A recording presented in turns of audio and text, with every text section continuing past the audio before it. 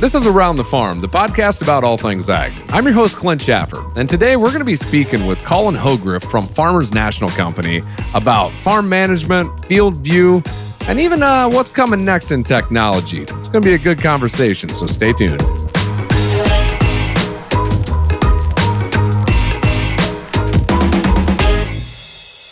Colin, welcome to the show. How about you introduce yourself to our listeners here? Sure. Thanks, Clint, for having me. My name is Colin Hogrefe with Farmers National Company. I am based out of Northwest Iowa in a small town called Sioux Rapids.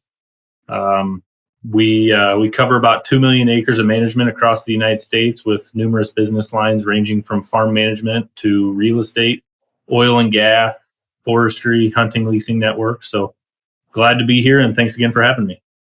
Yeah, no. Like I said, thanks for jumping on. You said Sioux Rapids. Is that like a mix between like what Sioux City and like Cedar Rapids here, or is that how they got this name? I get that one a lot. Yeah, we're so if you go about 2 hours north of Sioux City, that's where I'm located. Kind of in between Sioux Falls and Sioux City, just a little further east. So kind of out in the middle of nowhere. Well, I tell you what.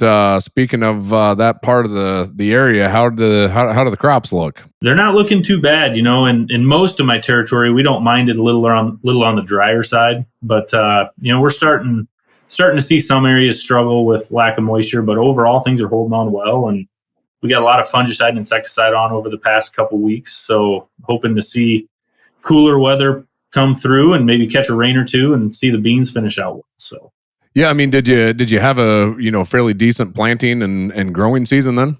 A little on the late side with planting. Weren't quite able to get in as soon as we wanted to, but I'd say it was a week or so late, maybe a week and a half. So nothing too crazy. A couple years ago, I believe it was back in 2018, we were really late. So it's still fresh enough back then that we're pretty thankful we were still able to get in when we did. And temperature turned up pretty quick in June.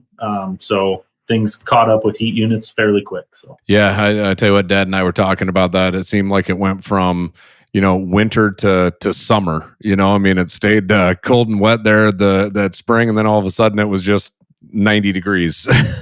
Yeah, turned the heat on and the rain stopped. Yeah, exactly.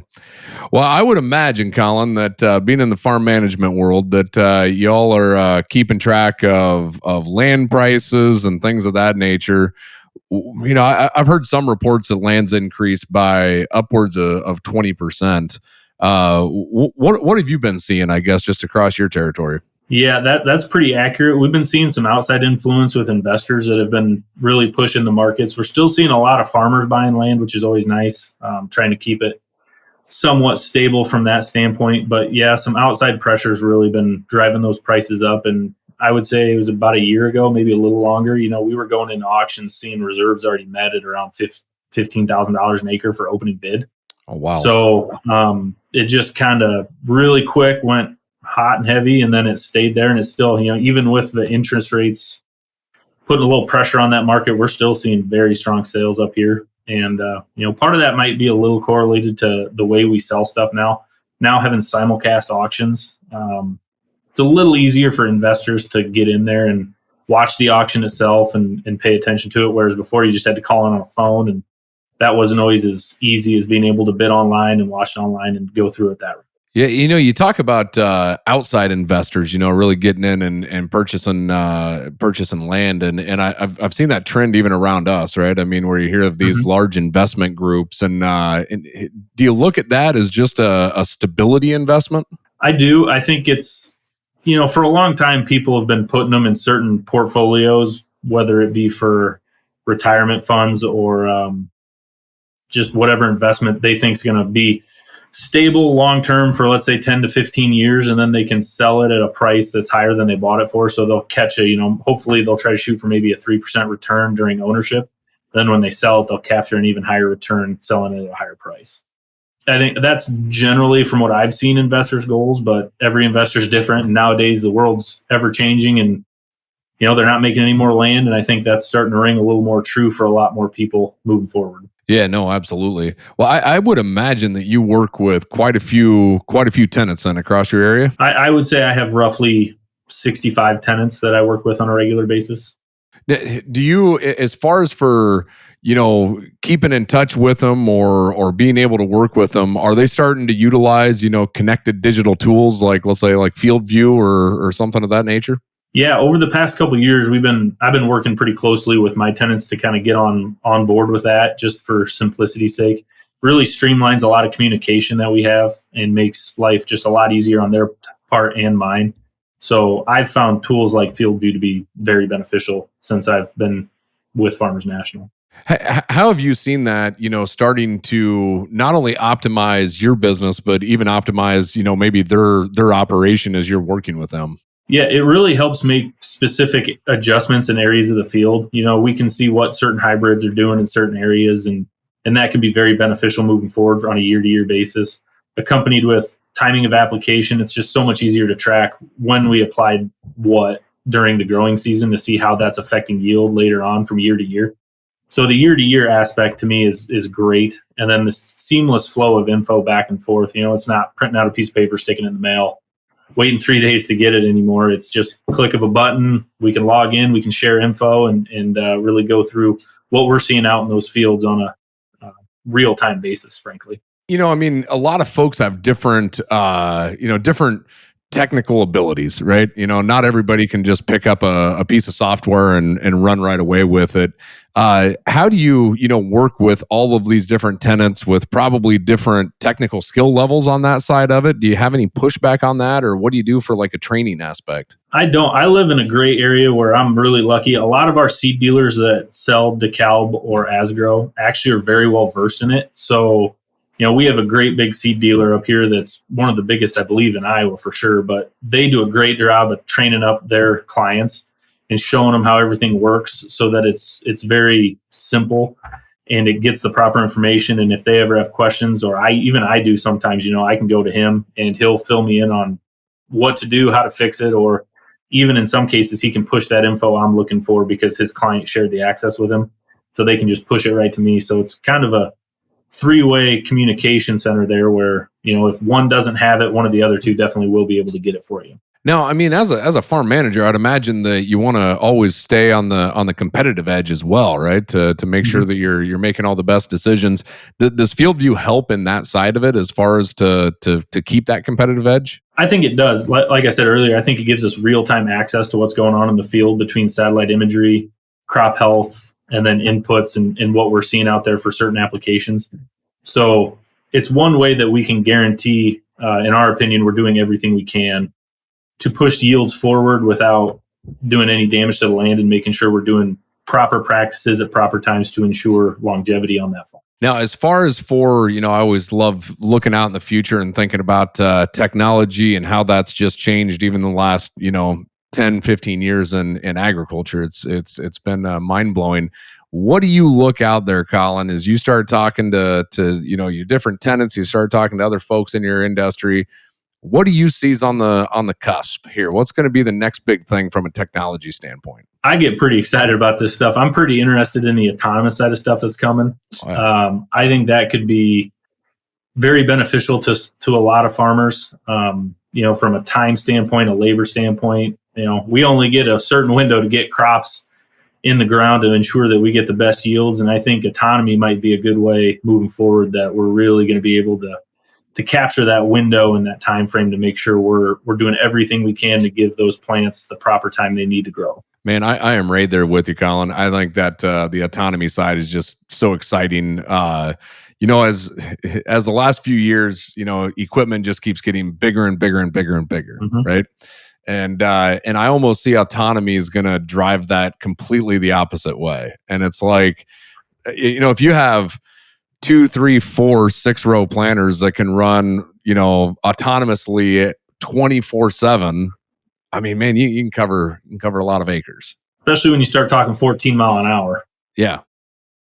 So I mean, it's kind of a whirlwind. When I was in college, I did internships in precision agriculture, and when I started doing those, it was a motor that slapped on the side of a steering wheel, and you clicked a button, and it slapped onto the wheel.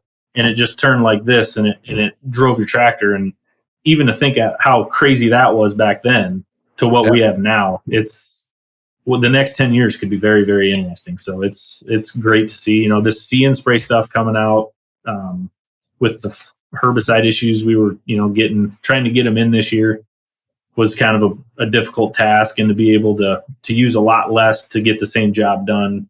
I think those types of things for many different reasons will be very beneficial. That was the old Easy Guide 500, man. That was that motor that slapped on the side. We had one in our soybean planter, and we always threw it into our combine as well. But yeah, it cracks me up. A little backstory of that I got told was the engineer that designed that literally had one in his car in a Walmart parking lot as he was trying to get like the first design of it. So that no kidding. At least the story I heard on it. So yeah, that's a little bit of a blast from the past anymore. You probably don't see many of those rolling around anymore. No, I say a lot of course, integrated and things of that nature. But now you talked about being out in the middle of nowhere, and that resonates with me as I'm sitting here out in the middle of nowhere, Illinois. What have you seen for access to broadband internet, and how has that impacted your tenants as you start thinking about utilizing stuff like FieldView or just trying to just get and process information? Yeah. So we're starting to see a lot more fiber coming through. Actually, our areas, it already has had some fiber through it, but the rural areas are now starting to really push hard to get fiber. So our internet capabilities, I would say in the next 2 to 5 years should be significantly better. Like right now sitting here, I can only get 25 megabytes a second. That's the most they'll let me get over a radio. And moving forward, I'll be up to 500 here, hopefully within the next year or two. And that's for surrounding rural areas where I'm at.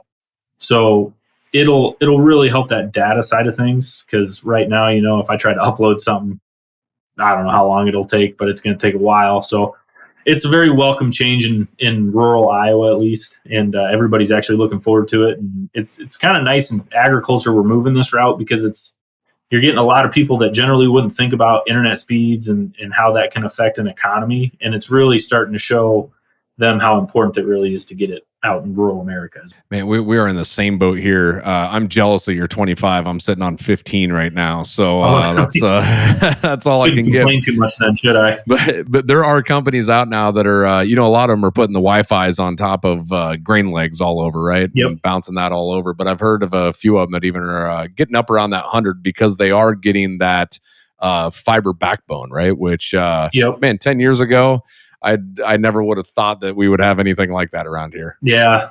I mean, it's wild to think, when I was a kid, we got Wild Blue. I'll never forget it. Satellite internet. Oh yeah.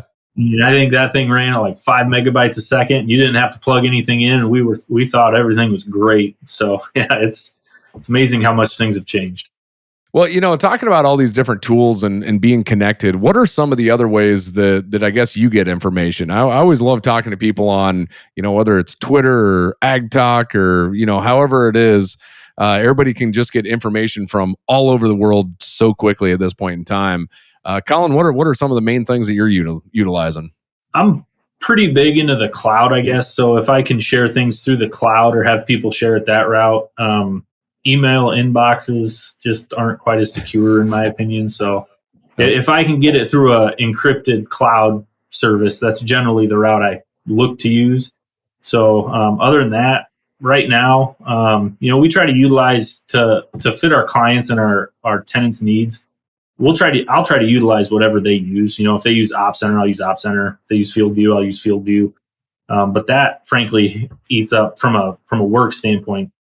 90% of my clients that do utilize it would utilize it in one of those two forms. So yeah, and that's what's always so nice about taking those steps to where all of these platforms have APIs, they're connected right together, so it's like you can always get your data still in the same spot regardless of where it's collected at, and that I think has just made that whole process just so much easier because man, I remember the times you're pulling everything down and basically crunching everything on your laptop or your desktop and trying to figure out how to get it back to them, and it's so much easier when everything's connected. Yeah, and the great thing with FieldView is it is integrated with Operations Center, so it's very easy to just have to go to one spot and I can get all the information I need, and it's not the days of sending out thumb drives to everybody and their dog just to try to get the information back to you.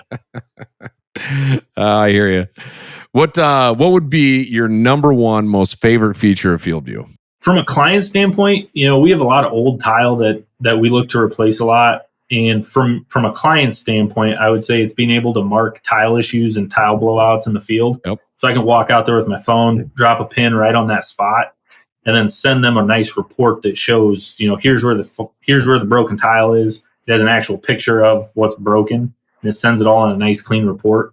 So that's one of my favorite things in respects to my clients. And then with the tenant side, I just love the flow of information. It's just seamless. They go out in the field, they get it planted, and I get an update, and I look on there and I see a nice planting map, and I get to upload that and send those nice reports to our clients. So it really makes that flow of info seamless, which in today's world is a necessity, in my opinion. So I'm really glad we have this partnership with FieldView. Oh, absolutely. What's funny? You talk about like dropping pins for and taking pictures of tile blowouts and things of that nature. And I always love, that's one of my favorite parts about software. A lot of things you end up using that weren't necessarily designed the way that they were purposed, right? Because if you think about a scouting pen and taking pictures, it was probably like, dropping it for weeds or discoloration on a leaf or something. And I love hearing folks that find other ways to start utilizing that, and tile blowouts and issues on that's huge. Yep. That's so much easier. There's been a couple fields actually where when you drop I'd have like 3 broken tile lines, and my client doesn't have a tile map, and you'll go on the satellite image and you'll see the 3 pins, and then when you look closer you can actually see the tile line if you look close enough, and then they'll keep that and say, well, I know there's a tile here, and they've found that great. So the satellite imagery is a whole nother topic we can go into that provides a whole lot of benefits. So it's pretty interesting. Yeah, you just have basically somebody, somewhat scouting your field all automatic, right? And loading it right into whether it's your phone or your iPad. It's really fun to be able to track all that stuff and at least give you an idea of where to go in that field to go take a look at. Exactly. And those reports that FieldView kicks out are great too, because I'll just send those straight to the tiler that's going to fix it. And they'll find it in 2 seconds instead of trying to find that little orange flag that inevitably gets blown away or knocked over or ran over. So they really like it too. Yeah, no, absolutely. Well, Colin, I got an incredibly important question now to ask. One of the debates that we've been having on here for quite a few episodes now, and we actually just did a Twitter poll on this as well. Is it an auger wagon or is it a grain cart? Oh, it's a grain cart, buddy. It's a grain cart. Sorry. Oh, man. Only 5% of people out there on that Twitter poll picked auger wagon. I just keep feeling more and more alone, man. I'm just on on my own little island out here. Well, I could tell you it's probably because you could be talking about a seed tender. I mean, that's kind of an auger wagon. Yeah. That might be what's catching you up. That's true. That's true. All right. I'm just gonna have to just sit down and really, just probably change my whole ways here. You have to see if it's territory specific. I have heard that it's like a grain buggy, I think, as you get up into maybe up into Canada. That's what I've heard. I worked with some people in Canada, and that's what I heard up there. So yeah. So maybe I'm just not asking people in the right area where auger wagon lives. I need to figure out that area. Yeah. Hey, one of the other questions that we always like to ask, what's been the best farm advice that you've ever gotten, Colin? I don't know if it was farm advice. I'm going to have to read it because I don't want to screw it up. But it's a Michael Jordan quote that I think does apply to farming, and it kind of applies to many aspects of life. So I apologize that it's not maybe as specific to farming, but Michael Jordan once said, obstacles don't have to stop you. If you run into a wall, don't turn around and give up. Figure out a way to climb it, go through it, or work around it. And I think that is actually extremely applicable to farming or business or sports, any aspect of life. I've always found that one kind of fits every box. There are plenty of walls that get dropped in front of you in farming. So I think that definitely fits there. Well, Colin, man, I appreciate you taking time out of your busy schedule here to sit down and have a conversation with me. This has been absolutely great catching up. So anything else you want to mention? No, thanks again, Clint, for having me on, and look forward to if you ever want to talk again, feel free to reach out. Will do. Well, hey, good luck this fall, and I hope you have a successful harvest. Thanks, Clint. You too. Hey, a big thank you to Colin for joining us here today. That was a great conversation. Also, thanks to you, the listener. And if you like this podcast, be sure to hit that like button, subscribe, or maybe share it with a friend or two as well. And as always, Around the Farm is brought to you by Climate FieldView, and we're available wherever you listen to podcasts at. And until next time, we'll see you around the farm.